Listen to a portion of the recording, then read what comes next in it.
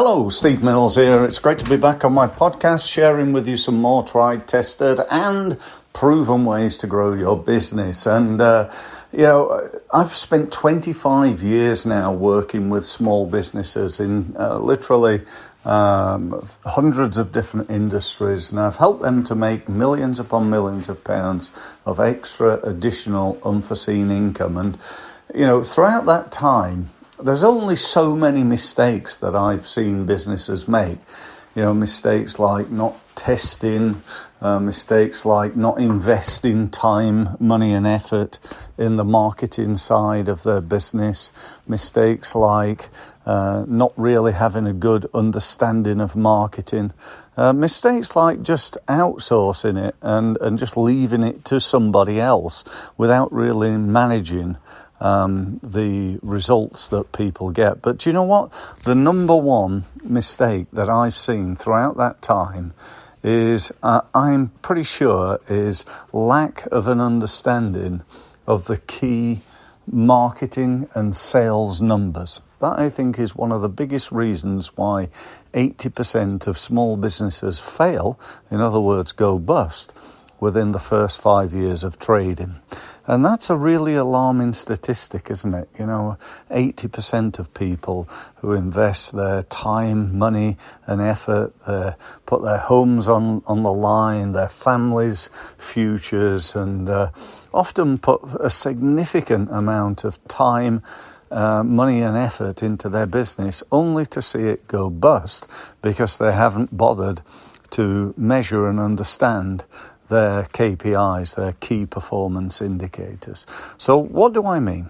Well, let me just explain. If you've got an accountant and you're in business, then your accountant will keep you aware of your key financial numbers. Numbers like the number of what you've turned over this month, what the profit's been, what have your costs been, and so on and so forth. And they're, fairly standard, obvious things, but it's also still amazing how many business owners don't know those key numbers, and that in itself is a real problem.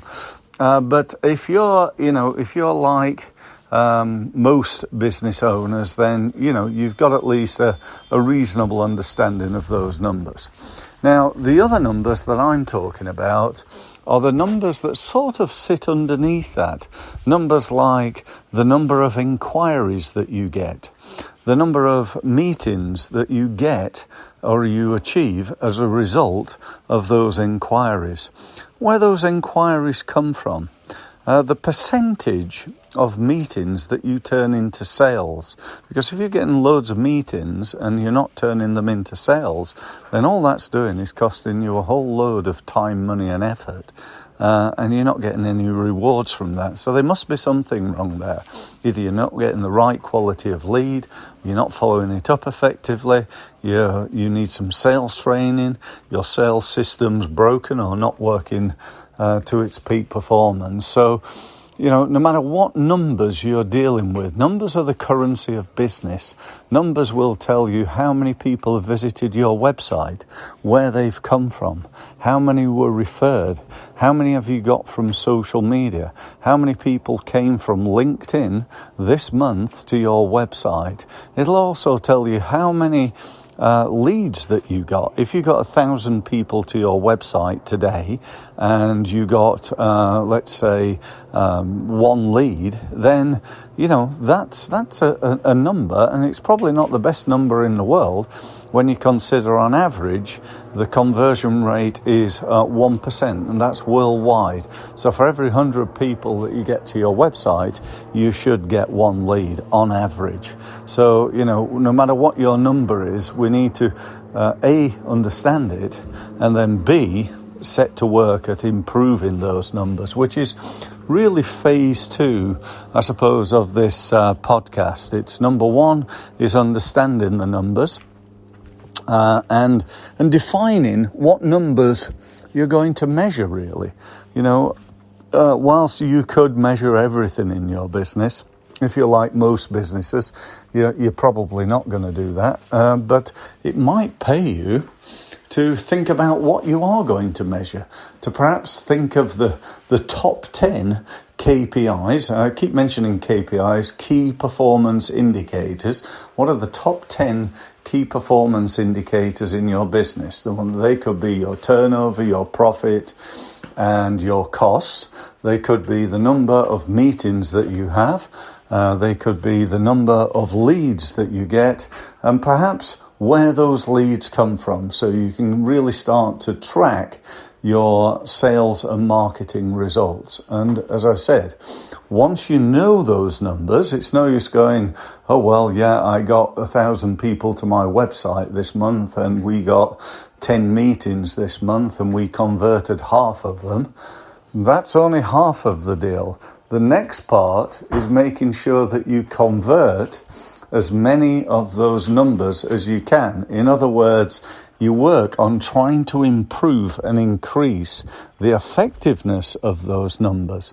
So instead of just being content with 1,000, you work on trying to increase that and get more. Perhaps you could get that up to 1,200 to 1,500.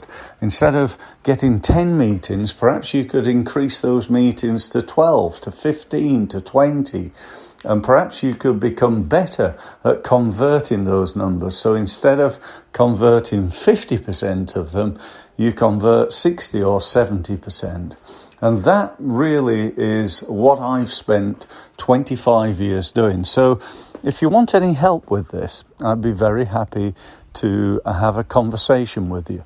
Perhaps your first step might be to attend my online training. I run training at various times, various days. If you go to my website, which is stevemills.co, that's .co, you'll see on the homepage a big orange button. If you click on that, you can go straight to book a free online training session with me. If you don't want to do that and you'd rather just meet me on a one-to-one basis, then again, same website, and get yourself signed up to a one-to-one meeting. So either way, I look forward to speaking to you soon, and look forward to sharing with you some more ideas on my podcast in the near future. Thanks very much for listening.